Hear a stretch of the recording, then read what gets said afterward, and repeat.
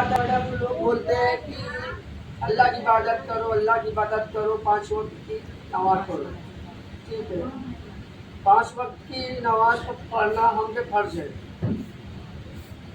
دنوں رات نماز ہم ادا کرتے ہیں، پڑھتے ہیں نا سب.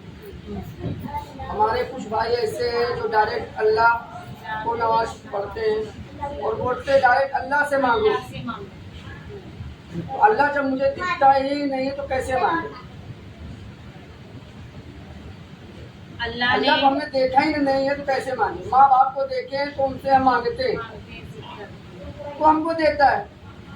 اللہ تو ہم کو دکھتا نہیں، دکھا ہی نہیں ہے، میں اللہ سے کیسے مانگوں؟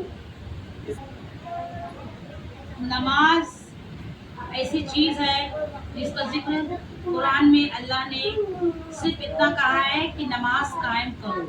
یہ نہیں کہا تھا کون سی نماز. مسلمانوں کو اصل میں معلوم نہیں کہ کون سی نماز قائم کرنے کا اللہ نے حکم دیا. یہ جو آج کے ہم عالم پڑھتے ہیں نمازیں، تم زندگی بھر مسجدوں کی دیواریں چاٹتے رہو، زندگی بھر مصلوں پہ ناک رگڑتے رہو، تمہاری نمازیں قبول نہیں ہوں گی، کیونکہ اللہ نے کہیں پر بھی گارنٹی نہیں دی ہے کہ نمازیں تم کو جنت میں لے کے جائیں گی، اور نہ ہی نمازوں سے میری شفاعت تمہیں ملے گی، رسول اللہ کی شفاعت ملے گی نمازوں سے.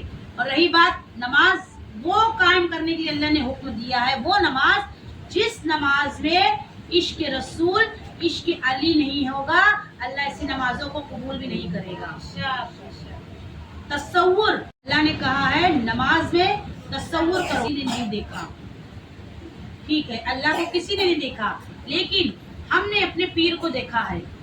ہمارا پیر ایک رہبر ہے، ایک رہنما ہے، ہم کو راہ خدا پر لے جانے والا ایک رہبر ہے. تو اللہ نے اتنا حکم دیا ہے کہ اپنے پیر کا چہرہ آنکھوں میں بسا کر اس کا تصور کر کے اگر تم نمازوں میں اپنے پیر کا تصور کرو تو تمہارے پیر کی شکل میں تمہارا رب تمہیں دیدار الہی دے کے تمہاری نماز کو قائم اور دائم بنائے گا اور اسے مقبولیت کے مقام پر لے کر جائے گا. تو نمازیں وہ اللہ قبول کرتا ہے جس نمازوں میں تمہارا سجدے میں گویا اللہ تمہیں دیکھ رہا ہے یا تم اللہ کو دیکھ رہا ہے. بندے کی کیفیت اس طرح کی ہونی چاہیے کہ میں سجدے میں سر ہوں، میرا رب مجھے دیکھ رہا ہے. اگر اس کا پیر ہے، اس کا پیر کا تصور آ رہا ہے، اس کے پیر کی شکل میں رب قدیر خود اسے دیکھ رہا ہے، وہ نماز اللہ قبول کرتا ہے. وہ نمازوں سے اللہ تمہیں جنت دیتا ہے. باقی زندگی بھر مسجدوں کی دیوار چاٹتے رہو، رگڑتے رہو، ماتھا کالا کر لو، جنت نہیں ملنے والی ہے. اگر عشق علی دل میں نہیں، ایسی عبادت اللہ کو قبول نہیں ہے.